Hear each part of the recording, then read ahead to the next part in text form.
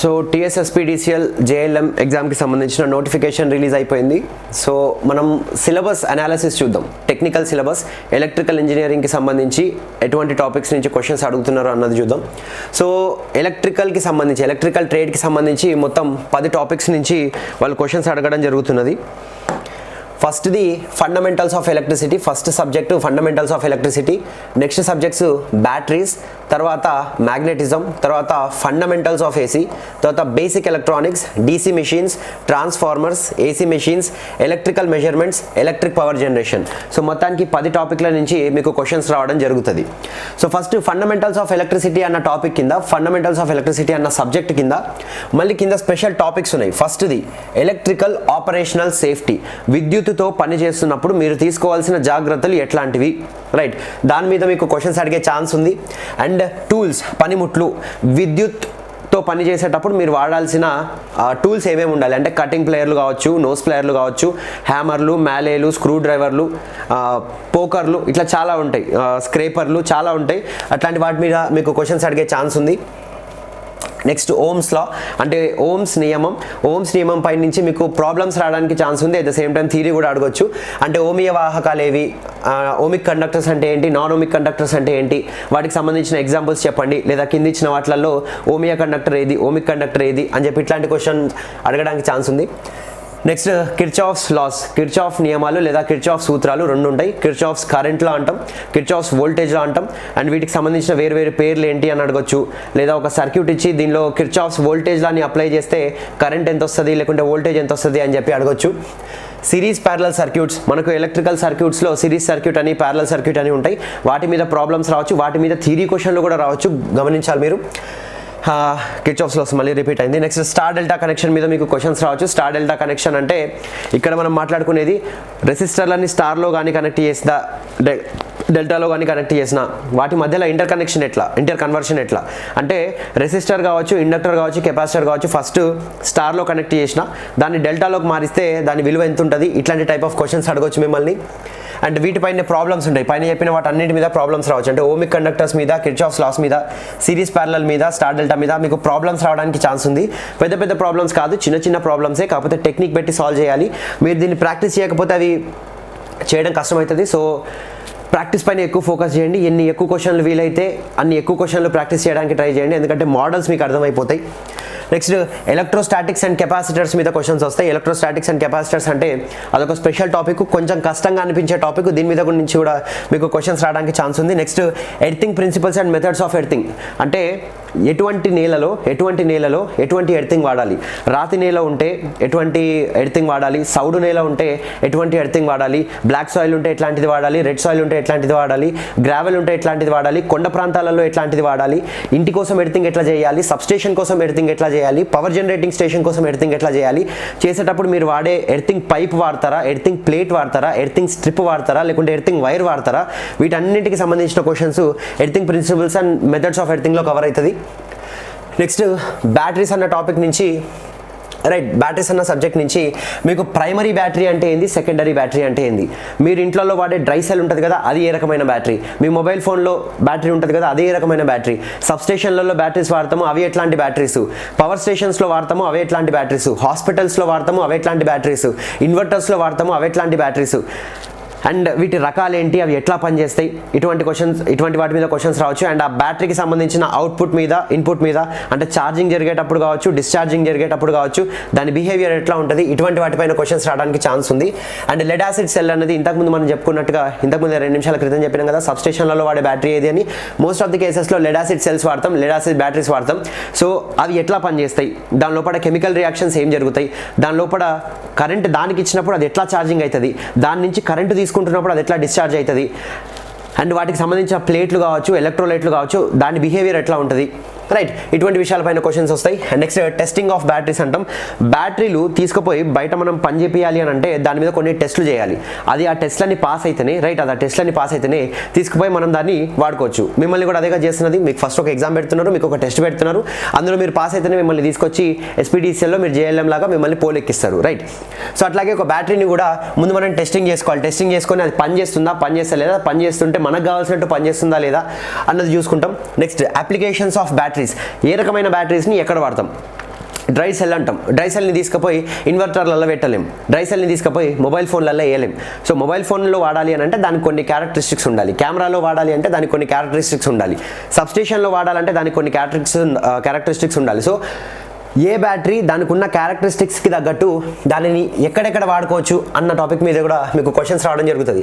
Next ఇన్వర్టర్లు. ఇప్పుడు అందరి ఇళ్లలో కూడా కరెంట్ పోయింది అని అంటే ఉండలేకపోతున్నారు కాబట్టి ఇన్వర్టర్స్ పెట్టుకుంటున్నారు. ఆ ఇన్వర్టర్స్ ఎట్లా పనిచేస్తాయి, ఆ ఇన్వర్టర్స్కి ఎటువంటి రకాల బ్యాటరీస్ని మనం పెట్టుకోవచ్చు, ఆ బ్యాటరీస్ని మెయింటెనెన్స్ ఎట్లా చేయాలి. ఎందుకంటే కొన్నిసార్లు మీకు అనిపిస్తుంది ఆ బ్యాటరీ లోపల నుంచి దాని లోపల ఉన్న ఎలక్ట్రోలైట్ ఆవిరైపోయింది, ఎగిరిపోయింది అనిపిస్తుంది, దాన్ని మళ్ళీ టాప్అప్ చేయాలి. టాప్అప్ చేయడం అంటే దాని లోపల డిస్టిల్ వాటర్ పోయడం, ఆ డిస్టిల్ వాటర్ పోయడం కానీ దాని మీద ఉన్న దుమ్ముని తూడ్చుకోవడం కానీ ఆ లీడ్స్ని ఎప్పటికప్పుడు బిగించుకోవడం కానీ దీని అంతటిని కూడా మెయింటెనెన్స్ అంటాం.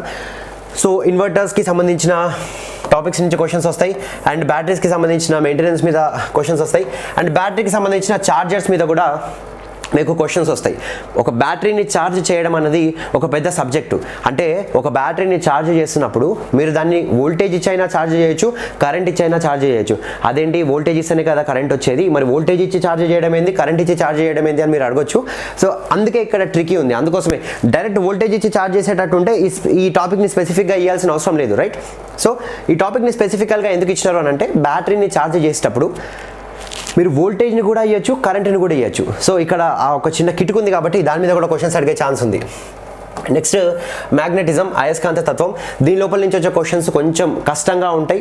మోస్ట్ ఆఫ్ ది కేసెస్లో ర్యాంక్ డిసైడింగ్ క్వశ్చన్స్ అన్ని ఇక్కడ నుంచి అండ్ ఫండమెంటల్స్ ఆఫ్ ఏసీ నుంచి రావడానికి ఛాన్స్ ఉంది. ఎందుకంటే ఇక్కడ మోస్ట్లీ ప్రాబ్లమ్స్ మీద అండ్ ఒకవేళ థియరీ అడిగినా కూడా ఫార్ములా బేస్డ్ థియరీ మీద క్వశ్చన్స్ అడిగేదానికి ఛాన్స్ ఉంది. సో మ్యాగ్నెటిజంలో ఫస్ట్ది మ్యాగ్నెటిక్ మెటీరియల్స్ అండ్ ప్రాపర్టీస్, అంటే అయస్కాంత పదార్థాలు, రైట్? అయస్కాంతం అనుడితోటే అయస్కాంతం ఏ మెటీరియల్ అయినా తీసుకొని అయస్కాంతం లాగా తయారు చేయలేం.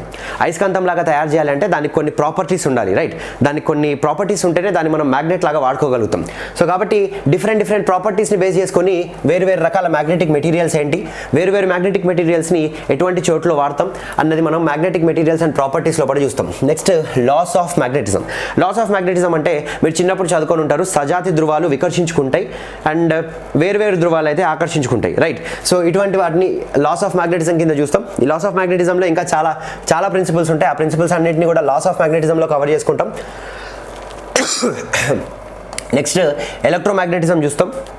ఎలక్ట్రోమాగ్నెటిజం అంటే ఒక వైర్ నుంచి కరెంట్ని పంపిస్తే ఆ వైర్కి చుట్టూతా ఒక మ్యాగ్నెటిక్ ఫీల్డ్ ప్రొడ్యూస్ అవుతుంది. ఈ వైర్ని తీసుకపోయి ఎప్పుడైతే ఒక ఇనుపరాడ్కి చుట్టూ చుడతామో ఆ ఇనుపరాడ్ అనేది అయస్కాంతం లాగా మారుతుంది. దాన్ని మనం ఎలక్ట్రోమాగ్నెట్ అంటాం.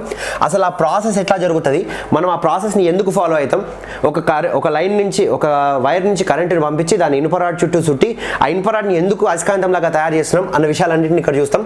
Next electromagnetic induction. మనకు ఎలక్ట్రికల్ ఇంజనీరింగ్లో లేదా డిస్కామ్లలో కానీ ట్రాన్స్కోలో కానీ పెద్ద ఎత్తున వాడే ఉపకరణం ఏంటి, పెద్ద ట్రాన్స్ఫార్మర్లు. ఆ ట్రాన్స్ఫార్మర్లు అన్నీ కూడా ఎలక్ట్రోమాగ్నెటిక్ ఇండక్షన్ అనే సూత్రం మీద పనిచేస్తుంది.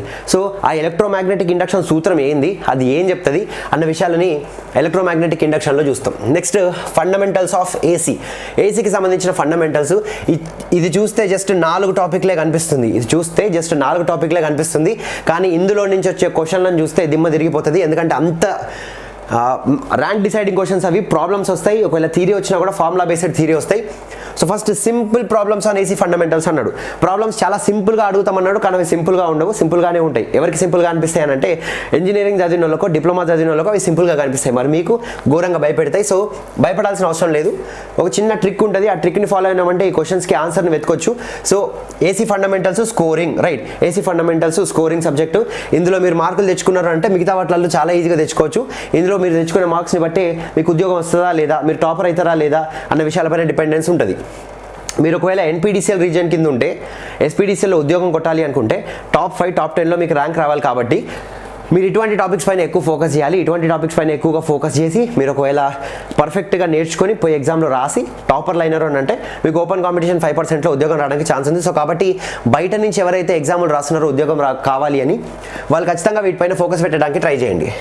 Simple problems on AC fundamentals. Next AC power. మనకు పవర్ అన్నది డీసీలో ఏసీలో రెండిట్లో కూడా వేరువేరుగా ఉంటుంది, రైట్? సో ఏసీలో ఉన్న పవర్ చాలా కాంప్లికేటెడ్గా ఉంటుంది. డీసీలో ఒకటే పవర్ ఉంటుంది. దాని పవర్ అంటే పవరే, వోల్టేజ్ ఇంటూ కరెంట్. ఏసీలో మటుకు పవర్లు అన్నవి 4 రకాలు ఉంటాయి. కాంప్లెక్స్ పవర్ అంటాం, అపారెంట్ పవర్ అంటాం, రియల్ పవర్ అంటాం, రియాక్టివ్ పవర్ అంటాం. మళ్ళీ రియల్ పవర్ని యాక్టివ్ పవర్ అంటాం, రియాక్టివ్ పవర్ని ఇమాజినరీ పవర్ అంటాం. సో వీటన్నిటి మీద నుంచి కూడా క్వశ్చన్స్ రావడానికి ఛాన్స్ ఉంది. సో ఇక్కడ 4 రకాల పవర్లు ఉన్నాయి కాబట్టి పవర్ ఫ్యాక్టర్ అన్న ఇంకో కాన్సెప్ట్ గురించి మనం మాట్లాడాలి. అంటే నువ్వు ఎంతైతే పవర్ ఇస్తున్నా అని అనుకుంటున్నావో అంత పవర్ ఏసీ సర్క్యూట్లో వాడుకోవట్లేదు, కొంత భాగం మాత్రమే వాడుకుంటున్నాం. మరి ఎంత భాగం వాడుకుంటున్నాం అన్నది పవర్ ఫ్యాక్టర్ చెప్తుంది. సగం వాడుకుంటున్నావా, 30 భాగం వాడుకుంటున్నావా, పావు భాగమే వాడుకుంటున్నావా అన్నది పవర్ ఫ్యాక్టర్ చెప్తుంది. సో ఈ కాన్సెప్ట్ కూడా చాలా important. Next single phase and 3 phase circuits. AC circuits లోపల డీసీ అంటే డీసీ లోపల నుంచి మనం ఒక రెసిస్టర్కి పెట్టవచ్చు, రెసిస్టర్లోని సిరీస్ ప్యారలల్ అండ్ డెల్టా స్టార్లో కనెక్ట్ చేయొచ్చు. బట్ ఏసీకి వచ్చేప్పటికి ఏసీలో కొన్ని కాన్ఫిగరేషన్స్ ఉంటాయి. ఏసీలో సింగిల్ ఫేజ్ సప్లై ఉంటుంది, పాలీఫేజ్ సప్లై ఉంటుంది. పాలీఫేజ్ అంటే ఒక ఫేజ్ కంటే ఎక్కువ ఫేజ్లు ఉంటే దాన్ని పాలీఫేజ్ అంటాం. ఆ పాలీఫేజ్ 2 ఫేజ్ కావచ్చు, 3 ఫేజ్ కావచ్చు, 4 ఫేజ్ కావచ్చు, 5 కావచ్చు, 12 కావచ్చు, 15 కావచ్చు, 20 కావచ్చు, 100 కూడా కావచ్చు. కానీ ముఖ్యంగా మనం వాడే పాలీఫేజ్ 3 ఫేజ్, ముఖ్యంగా మనం వాడేది 3 ఫేజ్. సో కాబట్టి సింగిల్ ఫేజ్ని యూజ్ చేసుకుంటాం, 3 ఫేజ్ని యూజ్ చేసుకుంటాం. సో కాబట్టి సింగిల్ ఫేజ్తో పనిచేసే సర్క్యూట్స్ ఎట్లా ఉంటాయి, వాటి బిహేవియర్ ఏంటి, 3 ఫేజ్ మీద పనిచేసే సర్క్యూట్స్ ఎట్లా ఉంటాయి, వాటి బిహేవియర్ ఏంటి, వాటిపై నుంచి కూడా క్వశ్చన్స్ రావడానికి ఛాన్స్ ఉంది. Next basic electronics. బేసిక్ ఎలక్ట్రానిక్స్లో ఎలక్ట్రానిక్ కాంపోనెంట్స్ ఏముంటాయి, డయోడ్ అంటే ఏంటి, ఎల్ఈడి అంటే ఏంటి, ట్రాన్సిస్టర్ అంటే ఏంటి, అవి ఎట్లా పనిచేస్తాయి, అవిటిని ఎక్కడెక్కడ వాడతాం, పెద్ద కాంప్లికేటెడ్ కాదు కానీ సింపుల్గానే ఉంటాయి. వాటి పేర్లు తెలిసి ఉండాలి, వాటి బొమ్మలు మీకు గుర్తుండాలి, అవి ఎట్లా పనిచేస్తాయో నార్మల్గా గుర్తుంటే చాలు. వాటిని ఎక్కడెక్కడ వాడతామన్నది కూడా మీకు మోస్తరుగా గుర్తుంటే చాలు. Next rectifier. ఇక్కడ మనం ఎలక్ట్రానిక్ కంపోనెంట్లో చదువుకునే డయోడ్ అనే ఉపకరణంతో మనం రెక్టిఫైర్స్ని తయారు చేస్తాం. ఈ రెక్టిఫైర్ ఏం చేస్తుంది అని అంటే ఏసీని డీసీ కింద మార్చి మనకి ఇస్తుంది.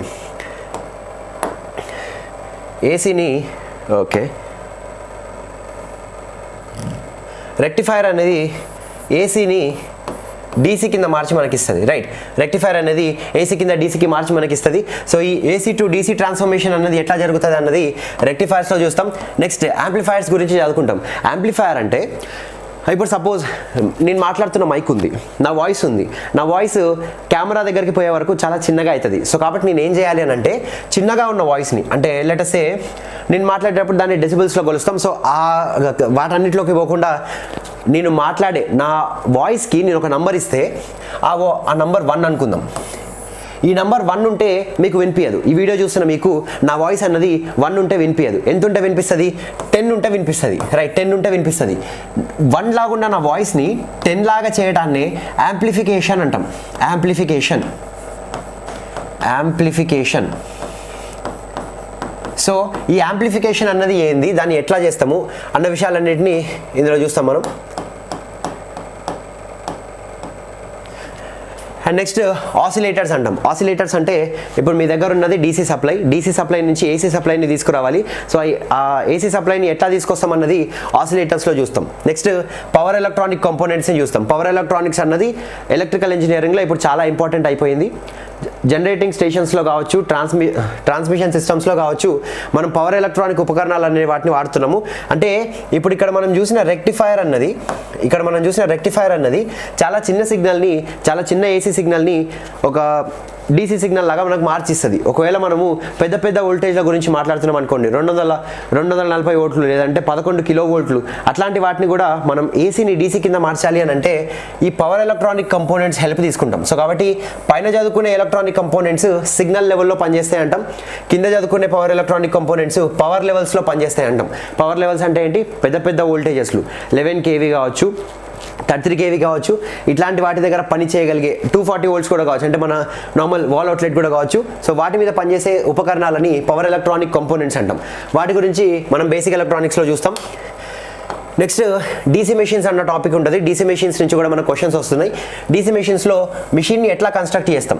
డీసీ మెషిన్ అంటే ఆ మిషన్ని మనం జనరేటర్ లాగా అయినా వాడచ్చు, మోటార్ లాగా అయినా వాడచ్చు. మనం ఆ మిషన్కి మెకానికల్ ఇన్పుట్ ఇచ్చి ఎలక్ట్రికల్ అవుట్పుట్ బయటకు తీసుకుంటే అది మనకు జనరేటర్ అవుతుంది. ఎలక్ట్రికల్ ఇన్పుట్ ఇచ్చి మెకానికల్ అవుట్పుట్ని బయటకు తీసుకుంటే అది మనకు మోటార్ అవుతుంది. సో అది మోటార్ అయినా జనరేటర్ అయినా దాని కన్స్ట్రక్షన్ ఏంది, దాని వర్కింగ్ ప్రిన్సిపల్ ఏంది, మోటార్ కావచ్చు జనరేటర్ కావచ్చు అసలు ఎట్లా పనిచేస్తుంది, మోటార్ పనిచేయడం అని అంటే దాని లోపల ఈఎంఎఫ్ అంటే వోల్టేజ్ అనేది ఎట్లా జనరేట్ అవుతుంది, మోటార్ లాగా పనిచేస్తున్నప్పుడు దాని లోపల టార్క్ లేదా స్పీడ్ అనేది ఎట్లా జనరేట్ అవుతుంది అన్న విషయాన్ని మనం వర్కింగ్ ప్రిన్సిపల్స్లో చూస్తాం. అండ్ వీటిపైన సింపుల్ ప్రాబ్లమ్స్ చూస్తాం. సింపుల్ ప్రాబ్లమ్సే అంటాడు కానీ కొన్ని ట్రికీ ప్రాబ్లమ్స్ ఉంటాయి. డీసీ మిషన్ అంటాడు, డీసీ మిషన్ లోపల ఫ్రీక్వెన్సీ ఎంత ఉంటుందో కనిపెట్టమంటాడు. అంటే డీసీ మిషన్ లోపల డీసీ అన్న సప్లైకి ఫ్రీక్వెన్సీ ఉండదు, కానీ వీడు డీసీ మిషన్ ఇచ్చి డీసీ మిషన్ ఆర్మేచర్ లోపల ఇండ్యూస్ అయిన వోల్టేజ్కి ఫ్రీక్వెన్సీ ఎంతనో కనిపెట్టమంటాడు. కన్ఫ్యూజన్ చేసే క్వశ్చన్. నెక్స్ట్, డీసీ మోటార్లకు సంబంధించిన స్పీడ్ని ఎట్లా కంట్రోల్ చేయాలి. నేను మోటార్ తీసుకొచ్చి పెట్టుకున్నా, ఆ మోటార్ ఒకటే స్పీడ్తో తిరుగుతుంది అంటే అది నాకు పనిచేయదు. నేను ఫ్యాన్ తెచ్చుకున్నా, నాకు ఫ్యాను సమ్మర్లో అయితే గట్టిగా తిరగాలి, వింటర్లో అయితే చాలా మెల్లగా తిరగాలి. ఫ్యాన్ సౌండ్కి నిద్రపోయే వాళ్ళు ఉంటారు. సో కాబట్టి వింటర్లో ఫ్యాన్ తిరగాలి కానీ గట్టిగా తిరగొద్దు, సౌండ్ మాత్రమే వినిపించాలి. సో కాబట్టి దాని స్పీడ్ కంట్రోల్ చేయాలి మనం. సో దాని స్పీడ్ కంట్రోల్ చేయాలని అంటే ఏమేమి ఆప్షన్స్ ఉన్నాయి అనేది స్పీడ్ కంట్రోల్లో చూస్తాం. Next, applications of DC Motors. DC Motors అన్నవి కొన్ని రకాలుగా ఉంటాయి. షంట్ అంటాం, సిరీస్ అంటాం, కంపౌండ్ అంటాం. సో షంట్ మోటార్ని ఏడ వాడతాం, సిరీస్ మోటార్ని ఏడ వాడతాం, కంపౌండ్ మోటార్ని ఏడ వాడతాం, అది ఆ పర్టికులర్ అప్లికేషన్లో ఎందుకు వాడుతున్నాం, టైప్ ఆఫ్ క్వశ్చన్స్ని అప్లికేషన్స్ ఆఫ్ డీసీ మోటార్స్లో చూస్తాం. నెక్స్ట్, వైండింగ్స్ అంటే ఈ మోటార్ కావచ్చు జనరేటర్ కావచ్చు ఈ మిషన్ లోపల ఆర్మేచర్ అనే దాని మీద వైండింగ్ ఉంటుంది. ఆ వైండింగ్ ల్యాప్ వైండింగ్ అయినా కావచ్చు, వేవ్ వైండింగ్ అయినా కావచ్చు. సో ఆ వైండింగ్కి సంబంధించిన క్వశ్చన్స్ ఉంటాయి. అంటే ల్యాప్ వైండింగ్లో ప్యారలల్ పాత్స్ ఎంత ఉంటాయి, ల్యాప్ వైండింగ్ని ఎట్లాంటి వోల్టేజ్ అండ్ కరెంట్ అప్లికేషన్స్లో వాడతాం అన్నది వైండింగ్స్ అన్న టాపిక్లో చూస్తాం. నెక్స్ట్, ట్రాన్స్ఫార్మర్స్ గురించి మాట్లాడేటప్పుడు కూడా ట్రాన్స్ఫార్మర్లని ఎట్లా కన్స్ట్రక్ట్ చేస్తాం, ట్రాన్స్ఫార్మర్లు ఎట్లా పనిచేస్తాయి అండ్ ట్రాన్స్ఫార్మర్కి సంబంధించిన బేసిక్ కాన్సెప్ట్స్ ఏంటి. బేసిక్ కాన్సెప్ట్స్ అంటే స్టెప్ అప్ ట్రాన్స్ఫార్మర్ అంటే ఏంది, స్టెప్ డౌన్ ట్రాన్స్ఫార్మర్ అంటే ఏంది, ఐసోలేషన్ ట్రాన్స్ఫార్మర్ అంటే ఏంది, ట్రాన్స్ఫార్మర్ కోర్ లోపల ఎటువంటి లాసెస్ వస్తాయి, హిస్టరేసిస్ లాస్ అంటే ఏంది, ఎడ్డీ కరెంట్ లాస్ అంటే ఏంది, వాటిని ఐరన్ లాస్ అని ఎందుకు అంటాం, ఐరన్ లాస్ అంటే కోర్ లాస్ అని ఎందుకు అంటాం, వీటి లోపల కాపర్ లాసెస్ ఎందుకు వస్తాయి, కాపర్ లాసెస్ అంటే ఏంటి అసలు, వాటిని తగ్గించుకోవాలంటే ఏం చేయాలి, మన ట్రాన్స్ఫార్మర్ అన్నది మాక్సిమం ఎఫిషియన్సీతో పనిచేయాలంటే దాన్ని ఎట్లా పని చేయాలి. ఈ కాన్సెప్ట్స్ అన్నింటినీ బేసిక్ కాన్సెప్ట్స్లో చూస్తాం. అండ్ ఈ కాన్సెప్ట్స్కి సంబంధించి చిన్న ప్రాబ్లమ్స్ రావడానికి ఛాన్స్ ఉంది, రైట్. ఫార్ములా బేస్డ్ ప్రాబ్లమ్స్ వస్తాయి. అండ్ ఇక్కడ కూడా వైండింగ్స్ గురించి మాట్లాడతాం. ట్రాన్స్ఫార్మర్లో ఎటువంటి టైప్ ఆఫ్ వైండింగ్స్ని వాడతాం మనం, సింగిల్ ఫేజ్ వైండింగా, 3 ఫేజ్ వైండింగా, అండ్ కాన్సెంట్రిక్ వైండింగా, శాండ్విచ్ వైండింగా, ఇట్లాంటి కాన్సెప్ట్స్ని వైండింగ్స్లో చూస్తాం. నెక్స్ట్, ట్రాన్స్ఫార్మర్లో ఒక రకం ఆటో ట్రాన్స్ఫార్మర్ అంటాం. ఆటో ట్రాన్స్ఫార్మర్ అంటే ఏది, దాన్ని ఎందుకు తయారు చేసుకోవాల్సి వచ్చింది, దాన్ని తయారు చేసుకోవడం వల్ల అడ్వాంటేజెస్ ఏమున్నాయి, ఆ అడ్వాంటేజెస్ వల్ల దాన్ని తయారు చేసుకున్నాం కాబట్టి దాన్ని ఎక్కడెక్కడ వాడుకోవచ్చు అన్న విషయాలని ఆటో ట్రాన్స్ఫార్మర్స్లో చూస్తాం. నెక్స్ట్, పవర్ ట్రాన్స్ఫార్మర్ అన్న కాన్సెప్ట్ ఉంటుంది. పవర్ ట్రాన్స్ఫార్మర్ అంటే ఏదో కొత్త కాన్సెప్ట్ ఏం కాదు. మనం తయారు చేసుకున్న ట్రాన్స్ఫార్మర్ని మనము ట్రాన్స్కోలో కూడా వాడచ్చు, డిస్కామ్లో కూడా వాడచ్చు, రైట్. ట్రాన్స్కోలో గుడ్డి గుర్తుగా మాట్లాడితే ట్రాన్స్కోలో వాడే ట్రాన్స్ఫార్మర్ని పవర్ ట్రాన్స్ఫార్మర్ అంటాం, డిస్కామ్లలో వాడే ట్రాన్స్ఫార్మర్ని డిస్ట్రిబ్యూషన్ ట్రాన్స్ఫార్మర్ అంటాం. సో ఆ డిస్ట్రిబ్యూషన్ ట్రాన్స్ఫార్మర్కి పవర్ ట్రాన్స్ఫార్మర్కి మధ్య గల వ్యత్యాసం ఏంది, దాన్ని అట్లెందుకు అంటున్నాం, దీన్ని ఇట్లెందుకు అంటున్నాం, ట్రాన్స్కో వల్ల ట్రాన్స్ఫార్మర్ని పవర్ ట్రాన్స్ఫార్మర్ ఎందుకు అంటున్నాం, డిస్కామ్ వల్ల ట్రాన్స్ఫార్మర్ని డిస్ట్రిబ్యూషన్ ట్రాన్స్ఫార్మర్ ఎందుకు అంటున్నాం, అట్లాంటి కాన్సెప్ట్స్ని ఇక్కడ చూస్తాం. అండ్ ఇక్కడనే మనకు ఆల్ డే ఎఫిషియన్సీ అని ఒక కొత్త కాన్సెప్ట్ని ఇంట్రడ్యూస్ చేసుకుంటాం. నెక్స్ట్, సిటీ అంటే ఏంది, పీటీ అంటే ఏంటి. సిటీ అంటే కరెంట్ ట్రాన్స్ఫార్మర్, పీటీ అంటే పొటెన్షియల్ ట్రాన్స్ఫార్మర్. వాటి కన్స్ట్రక్షన్ ఎట్లా ఉంటుంది, వాటిని ఎటువంటి చోట్లలో వాడతాం, ఆ చోట్ల వాడడానికి దాన్ని ఎందుకు తయారు చేసుకోవాల్సి వచ్చింది, దాని వెనకాల ఉన్న మోటివేషన్ ఏంది, ఇటువంటి టాపిక్స్ అన్నింటినీ కరెంట్ ట్రాన్స్ఫార్మర్ అండ్ పొటెన్షియల్ ట్రాన్స్ఫార్మర్లో క్వశ్చన్స్ మాదిరిగా అడగడానికి ఛాన్స్ ఉంది. నెక్స్ట్, ఏసీ మిషన్స్ అన్న టాపిక్ ఉంటుంది. ఏసీ మిషన్ టాపిక్స్లో బేసిక్ కాన్సెప్ట్స్ నుంచి క్వశ్చన్స్ రావడానికి ఛాన్స్ ఉందంటే ఏసీ మిషన్స్ ఎన్ని రకాలు, ఇండక్షన్ అండ్ సింక్రోనస్, ఇండక్షన్లో ఎన్ని రకాలు, induction motor, induction generator. Induction జనరేటర్కి సంబంధించి మీకు ఏం క్వశ్చన్స్ రావు. ఇండక్షన్ మోటార్లోనే మళ్ళీ రకాలు ఉంటాయి, స్క్విరిల్ కేజ్ అంటాము, స్లిప్ రింగ్ అంటాము. అండ్ స్క్విరిల్ కేజ్లో కూడా మళ్ళీ 2 రకాలు ఉంటుంది, సింగిల్ కేజ్ అంటాము, డబుల్ కేజ్ అంటాము. సో ఇట్లాంటి కాన్సెప్ట్స్ గురించి మీకు ఒక సమగ్ర అవగాహన ఉండాలి. అండ్ నెక్స్ట్, కన్స్ట్రక్షన్ ప్రిన్సిపల్, ఈ మిషన్స్ని ఎట్లా కన్స్ట్రక్ట్ చేస్తావు అన్న విషయాల గురించి మీరు తెలుసుకోవాలి. అండ్ ఇక్కడ కూడా సింపుల్ ప్రాబ్లమ్స్ ఉంటాయి. సింపుల్ ప్రాబ్లమ్స్ అంటే ఇండక్షన్ మోటార్ గురించి, సింక్రోనస్ మోటార్ గురించి మీరు చదువుకునేటప్పుడు రొటేటింగ్ మ్యాగ్నెటిక్ ఫీల్డ్ అన్న కాన్సెప్ట్ వస్తుంది.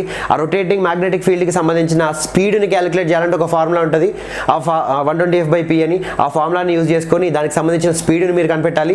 లేదంటే వాడు ఒక స్పీడ్ ఇస్తాడు, ఆ స్పీడ్తో అది తిరగాలి అని అంటే ఫ్రీక్వెన్సీ ఎంత ఉండాలి, లేకుంటే నెంబర్ ఆఫ్ పోల్స్ ఎంత ఉండాలి, అటువంటి కాన్సెప్ట్స్ అడుగుతాడు. నెక్స్ట్, యూనివర్సల్ మోటార్ అని ఉంటుంది. యూనివర్సల్ మోటార్ అంటే దీన్ని ఏసీ పైన అయినా వాడచ్చు, డీసీ పైన అయినా వాడచ్చు. సో ఏసీ పైన, డీసీ పైన వాడేలాగా ఒక మోటార్ని మనం తయారు చేసుకున్నామని అంటే దానికి ఉండాల్సిన గుణాలు ఏంటి, దాన్ని ఎట్లా కన్స్ట్రక్ట్ చేసినాం, అది ఏసీ పైన ఎట్లా పనిచేస్తుంది, డీసీ పైన ఎట్లా పనిచేస్తుంది, ఈ రెండు పనితనాల మధ్యలో ఏమైనా వ్యత్యాసం ఉందా, ఏమైనా ప్రాబ్లమ్స్ వస్తున్నాయా, ఒకవేళ ప్రాబ్లమ్స్ వస్తే దాన్ని ఎట్లా రెక్టిఫై చేసుకున్నాం, ఇటువంటి టాపిక్స్ అన్నింటినీ యూనివర్సల్ మోటార్స్లో చూస్తాం. అండ్ నెక్స్ట్ ఆల్టర్నేటర్స్ మీద కూడా క్వశ్చన్స్ వస్తున్నాయి మీకు. ఆల్టర్నేటర్ అంటే జెన్కోలో ఏదైతే జనరేటర్ని వాడుతున్నామో దాన్ని ఆల్టర్నేటర్ అని అంటాం. అంటే ఏదైతే జనరేటర్ లోపల ఏసీ వేవ్ ఫామ్ని మనం జనరేట్ చేస్తున్నామో దాన్ని ఆల్టర్నేటర్ అంటాం. సో దీన్ని ఎక్కడెక్కడ వాడతాం, ఎందుకు వాడతాం, అండ్ ఇది ఎట్లా పనిచేస్తుంది అన్న విషయాలను ఆల్టర్నేటర్స్లో చూస్తాం. నెక్స్ట్ సింక్రనస్ మోటార్స్ అని ఉంటాయి. సింక్రనస్ మోటార్స్ ఎట్లా ఉంటాయి, వాటిని ఎట్లా కన్స్ట్రక్ట్ చేస్తాం, అది ఎట్లా పనిచేస్తుంది, వాటిని తీసుకుపోయి ఏడ వాడుకుంటాం అన్న విషయాలన్నింటినీ సింక్రనస్ మోటార్స్ అండ్ అప్లికేషన్స్లో చూస్తాం. అండ్ ఈ మోటార్స్ అన్నింటికి సంబంధించిన వైండింగ్స్ చూస్తాం. మనము పైన ఇండక్షన్ మోటార్ గురించి మాట్లాడేటప్పుడు వైండింగ్స్ గురించి స్పెసిఫికల్గా మాట్లాడతాం. ఎప్పుడైతే సింగిల్ ఫేజ్ ఇండక్షన్ మోటార్ గురించి మాట్లాడతామో అట్లాగే సింక్రనస్ మోటార్ గురించి మాట్లాడేటప్పుడు కూడా దానికి సంబంధించిన వైండింగ్ గురించి మాట్లాడాల్సి వస్తుంది.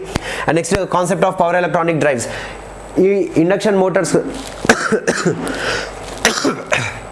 ఈ 3 ఫేజ్ ఇండక్షన్ మోటార్స్ అన్నవి ఇండస్ట్రీలో చాలా ఎక్స్టెన్సివ్గా వాడుతున్న మోటార్లు.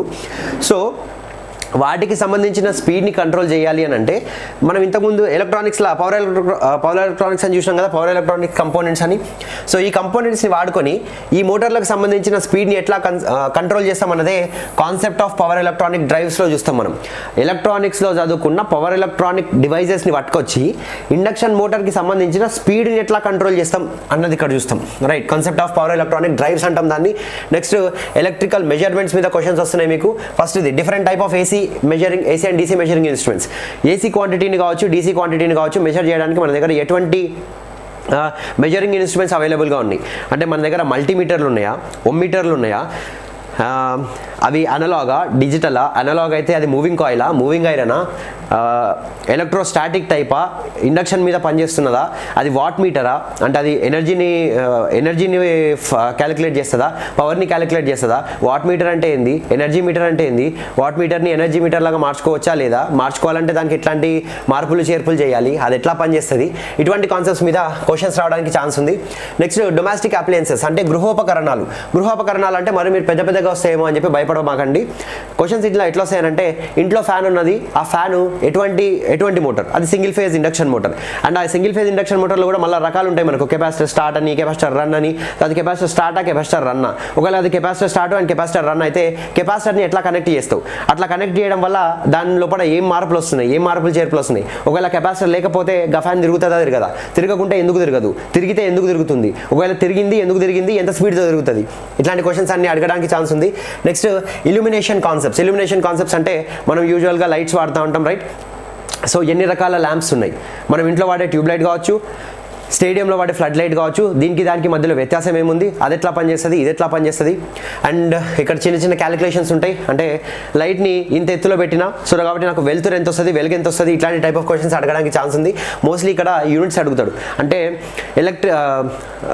లూమినస్ ఇంటెన్సిటీకి యూనిట్స్ ఏంటి, లూమినస్ ఫ్లక్స్కి యూనిట్స్ ఏంటి, టైప్ ఆఫ్ క్వశ్చన్స్ అడగడానికి ఛాన్స్ ఉంది. అండ్ నెక్స్ట్ ఫస్ట్ విషయం కదా, టైప్స్ ఆఫ్ ఎలక్ట్రిక్ ల్యాంప్స్ మీద కూడా క్వశ్చన్స్ వస్తాయి. అంటే ఇంట్లో వాడడానికి ఏ లైట్ వాడతావు, ఫ్లడ్ లైటింగ్లో ఏ లైట్ వాడతావు, రోడ్ మీద పెట్టడానికి ఏ లైట్ వాడతావు. రోడ్ మీద నువ్వు తెల్ల లైట్ పెట్టావు, ఎక్కడైనా చూడండి రోడ్ మీద తెల్ల లైట్ పెట్టరు. తెల్ల లైట్ పెడితే ఏమవుతుంది, పొద్దుగాల 3 గంటల నుంచి 4 గంటల టైంలో ఎప్పుడైతే మంచు పడుతుందో, రాత్రి ఎప్పుడైతే మంచు పడుతుందో తెల్ల లైట్ పెట్టినాం అంటే మంచు లోపల నుంచి ఏం కనిపించదు. మంచు లోపల కూడా మనుషులకు రోడ్డు కనిపించాలి అంటే మనం ఎట్లాంటి లైట్ పెట్టాలి, ఎల్లో కలర్ లేదా ఆరెంజ్ కలర్ వచ్చే లైట్ పెట్టాలి. అప్పుడు అది ఏం చేస్తుంది, ఆ ఫాగ్లో నుంచి, ఆ మంచులో నుంచి చొచ్చుకుపోయి మీకు రోడ్ అనేది క్లియర్గా కనిపించడానికి ఛాన్స్ ఉంది. సో కాబట్టి ఏ రకమైన ల్యాంప్ని ఏ లొకేషన్లలో వాడతావు, ల్యాంప్ ఉంది కదా అని తీసుకుపోయి మన దగ్గర ఉన్న ప్రతి ల్యాంప్ని ప్రతి చోట్ల పెట్టకూడదు. అండ్ లాస్ట్గా ఎలక్ట్రిక్ పవర్ జనరేషన్ మీద మీకు క్వశ్చన్స్ రావడానికి ఛాన్స్ ఉంది. పవర్ జనరేట్ చేయడానికి చాలా రకాల మార్గాలు ఉన్నాయి. థర్మల్ జనరేషన్ కావచ్చు, హైడల్ జనరేషన్ కావచ్చు, న్యూక్లియర్ జనరేషన్ కావచ్చు. ఆ జనరేషన్ అనేది ఎట్లా జరుగుతుంది అన్న టాపిక్స్ మీద క్వశ్చన్స్ రావడానికి ఛాన్స్ ఉంది. అండ్ ఇక్కడ జనరేట్ చేసిన పవర్ని ట్రాన్స్మిషన్ అండ్ డిస్ట్రిబ్యూషన్ చేయాలి, అంతే కదా. జనరేటింగ్ స్టేషన్లో ఎనర్జీని జనరేట్ చేసుకొని ఆ జనరేటర్లనే పెట్టుకున్నాం అనుకో, దాంతో ఏ విధమైన ఉపయోగం ఉండదు. అది మనుషుల దగ్గరికి, అదే వినియోగదారుల దగ్గరికి పంపిస్తేనే దానికి సంబంధించి అసలు దాన్ని జనరేట్ చేసేందుకు ఒక మీనింగ్ ఉంటుంది. సో కాబట్టి ఆ ట్రాన్స్మిషన్ అండ్ డిస్ట్రిబ్యూషన్ అనేది ఎట్లా చేస్తాం అందుకు సంబంధించిన basic concepts. And non conventional energy sources అంటాం. అండ్ ఈ మధ్యకాలంలో మనము సోలార్ ప్యానెల్ పెట్టుకుంటున్నాం, విండ్ మిల్లులు, విండ్ టర్బైన్లు పెడుతున్నాం. సముద్రాల దగ్గర ఉండేటోళ్ళకైతే అవేవో టైడల్ అని వచ్చినాయి. సో అవన్నీ ఎట్లా పనిచేస్తాయి, అవన్నీ ఎందుకు వచ్చినాయి, అవి రావడానికి వెనకాల ఉన్న మోటివేషన్ ఏంది, మరి ఫ్యూచర్లో ఈ పవర్ ప్లాంట్లు ఉంటాయా పోతాయా, ఒకవేళ పోతే నాన్ కన్వెన్షనల్ ఎనర్జీ సోర్సెస్ మన రిక్వైర్మెంట్స్ని మ్యాచ్ చేసేయా చేయవా. సో ఇట్లాంటి కాన్సెప్ట్స్ అన్నింటినీ చూస్తాం. సో మొత్తానికైతే రైట్. అండ్ ఇక్కడ మెన్షన్ చేయాలి నాన్ టెక్నికల్, రైట్. 11వ టాపిక్ కింద నాన్ టెక్నికల్ ఉంది. నాన్ టెక్నికల్లో అనలిటికల్ అండ్ న్యూమరికల్ ఎబిలిటీ, అంటే దీన్నే క్వాంటిటేటివ్ యాప్టిట్యూడ్ అంటాం, అంటే some sort of mathematic type of questions. Next current affairs మీద క్వశ్చన్స్ వస్తాయి. నెక్స్ట్ కన్జ్యూమర్ రిలేషన్స్ పైన క్వశ్చన్స్ వస్తాయి. నెక్స్ట్ ఎవ్రీడే లైఫ్లో జనరల్ సైన్స్ ఎట్లా ఉంటుంది, అంటే జనరల్ సైన్స్కి సంబంధించిన ప్రిన్సిపల్స్ని ఎవ్రీడే లైఫ్లో ఎట్లాంటివి చూస్తాం మనం. అంటే దీనికి నేను యూజువల్గా చెప్పే ఎగ్జాంపుల్ ఒకటి ఉంటుంది. మీరు ఇంట్లో ఉన్నారు, మీకు ఫస్ట్ మెరుపు కనిపించిన 10 సెకండ్ల తర్వాత ఉరుము వినిపించింది. సో కాబట్టి మిమ్మల్ని క్వశ్చన్ ఎట్లా అడుగుతారనంటే ఆ ఉరుముగానే మెరుపు ఎన్ని కిలోమీటర్ల అవతల పడ్డది చెప్పండి అని చెప్పి అడుగుతారు. సో అట్లాంటి కాన్సెప్ట్స్ మీద క్వశ్చన్స్ వస్తాయి. అంటే నిత్య జీవితంలో మీరు చూసే సైంటిఫిక్ ప్రిన్సిపల్స్ మీద క్వశ్చన్స్ వస్తాయి. Next environmental issues and disaster management, అంటే విపత్తుని ఎట్లయితే మేనేజ్ చేస్తావో, విపత్తు నివారణ అనలేం దీన్ని, డిజాస్టర్ మేనేజ్మెంట్ అంటే ఒక విపత్తు వచ్చినప్పుడు, ఒక ప్రకృతి వైపరీత్యం జరిగినప్పుడు, లేదా ఏదైనా ఒక మ్యాన్మేడ్ డిజాస్టర్ జరిగినప్పుడు దాన్ని మీరు ఎట్లా మేనేజ్ చేస్తారు అన్న విషయాల మీద అడుగుతారు. ఈ టాపిక్ అనేది ఇంపార్టెంట్, డిజాస్టర్ మేనేజ్మెంట్ అనేది. ఎందుకంటే మనకు వరదలు వస్తాయి, రైట్? తెలంగాణలో వరదలు వస్తాయి. సో వరదలు వచ్చినప్పుడు మీరు ఎట్లా రెస్పాండ్ కావాలి అన్నది మీరు డిజాస్టర్ మేనేజ్మెంట్ చదువుకుంటేనే తెలుస్తుంది. సో కాబట్టి దీని మీద వచ్చే క్వశ్చన్లు అనేసి ఇక్కడ వచ్చే క్వశ్చన్లన్నీ కూడా మీరు స్పెసిఫిక్గా చదువుకుంటేనే ఆన్సర్ చేస్తారని కాదు. ఇది మీ జనరల్ నాలెడ్జ్ని టెస్ట్ చేస్తున్నాడు. అంటే జనరల్ నాలెడ్జ్ అంటే ఒక జనరల్ సిచ్యువేషన్ ఇచ్చి ఆ జనరల్ సిచ్యువేషన్లో మీరు ఎట్లయితే రియాక్ట్ అవుతారు, ఆ రియాక్ట్ కావడానికి మీకు తెలిసి ఉండాల్సిన ఇన్ఫర్మేషన్ ఏంటి అన్నది ఇందులో ఉంటుంది. నెక్స్ట్ ఇండియా అండ్ తెలంగాణకు సంబంధించిన హిస్టరీ, జియోగ్రఫీ అండ్ ఎకానమీ మీద క్వశ్చన్స్ వస్తాయి. అండ్ తెలంగాణకు సంబంధించిన చరిత్ర, ముఖ్యంగా తెలంగాణ మూమెంట్ అంటే రైతాంగ సాయుధ పోరాటం అని ఉంటుంది. ఆ టైం నుంచి 2014లో తెలంగాణ వచ్చే వరకు జరిగిన కొట్లాటలన్నిటి గురించి మీకు ఒక సమగ్ర అవగాహన ఉండాలి. అందులో ఎవరైనా ముఖ్యమైన మనుషులు ఉంటే వాళ్ళ గురించి మీకు తెలిసి ఉండాలి. అది సో ఇక్కడ మొత్తం కూడా చాలా హెవీ సిలబస్ అనిపిస్తుంది ఇది. మీరు ఈ 10 టాపిక్లు చదవడానికి ఎంతైతే కష్టపడ్డారో అంతకంటే డబుల్ కష్టం పడాలి ఇక్కడ. ఒకవేళ మీరు అన్ని క్వశ్చన్లు కరెక్ట్ చేయాలి అని అనుకుంటే, కాబట్టి మీకు టైం లేదు. కాబట్టి ఇది జస్ట్ మీరు ఓవర్వ్యూ తీసుకోండి. అంటే జస్ట్ ఎవరైనా ఫ్యాకల్టీ మీకు దొరికిరు అని అంటే వాళ్ళు చెప్పిన వీడియోలని, వాళ్ళు చెప్పిన క్లాసులను ఒకసారి చూసి వదిలిపెట్టండి. నోట్స్లు రాసుకోవడము, బుర్రలు బద్దలు కొట్టేసుకోవడము, గుర్తుంటలేదు అని చెప్పి భయపడడం, ఇట్లాంటి పనులన్నీ చేయకండి. ముఖ్యంగా మీరు ఈ 10 టాపిక్స్ మీద ఫోకస్ పెట్టండి. ఎలక్ట్రికల్ ట్రేడ్కి సంబంధించిన 10 టాపిక్స్ మీద ఎక్కువ ఫోకస్ పెట్టండి. Last society, culture, heritage, arts and literature of Telangana స్టేట్కి సంబంధించిన ఆర్ట్ అండ్ లిటరేచర్ పైన మీకు క్వశ్చన్స్ ఉంటాయి, రైట్? సో మొత్తం జేఎల్ఎం ఎగ్జామ్కి సంబంధించిన సిలబస్ని ఈ 11 టాపిక్స్ కింద క్రోడీకరించవచ్చు. అండ్ వాటి లోపల ఏవేవైతే టాపిక్స్ ఉన్నాయో వాటన్నింటిని కూడా మనం డిస్కస్ చేసుకున్నాం. సో సిలబస్ మీద మీకు ఏమైనా డౌట్స్ ఉన్నట్టయితే, ఏదైనా టాపిక్ నేను చెప్పింది మీకు అర్థం కాకపోతే, మీరు నన్ను డౌట్స్ అడగాలి అనుకుంటే, టెక్నికల్ డౌట్ కావచ్చు, నాన్ టెక్నికల్ డౌట్ కావచ్చు, నోటిఫికేషన్కి సంబంధించిన డౌట్ కావచ్చు, ఒకవేళ మీరు నన్ను అడగాలి అనుకుంటే ఇన్స్టాగ్రామ్ ఒకవేళ మీరు వాడితే MAITREY_GOUD దీనికి పోయినారు అని అంటే మీరు నాకు మెసేజ్ చేయొచ్చు. ఇందులో నుంచి మెసేజ్ చేయండి. ఒకవేళ మీ డౌట్ జెన్యూన్గా ఉంది, స్పామ్ కాదు అనిపిస్తే నేను మీకు రిప్లై ఇస్తాను. ఒకవేళ మీరు ఫేస్బుక్ వాడుతున్నట్టయితే సాగర్ మైత్రి పచ్చర్ల SAAGARMAITRE లేక పోండి, అక్కడ కూడా మీరు నాకు మెసేజ్ చేయొచ్చు. మీ డౌట్ జెన్యూన్ అనిపిస్తే నేను మీకు రిప్లై చేయడానికి ట్రై చేస్తాను. ఒకవేళ మెసేజ్ చూసిందంటే ఖచ్చితంగా మీకు ఏదో ఒక రిప్లై అయితే ఖచ్చితంగా ఇస్తాను. సో మొత్తానికి సిలబస్ సంబంధించిన విశ్లేషణ అయితే ఇంతే, మీకు అర్థమైందని అనుకుంటున్నా. So all the best for your preparation. చాలా బాగా ప్రిపేర్ కండి. మీరందరూ కూడా జేఎల్ఎం కావాలి. జేఎల్ఎం అయిన తర్వాత నాకు ఒక హాయ్, నేను జేఎల్ఎం అయ్యాను అని చెప్పి ఒక మెసేజ్ పెట్టండి. I will be very very happy, right? So thank you.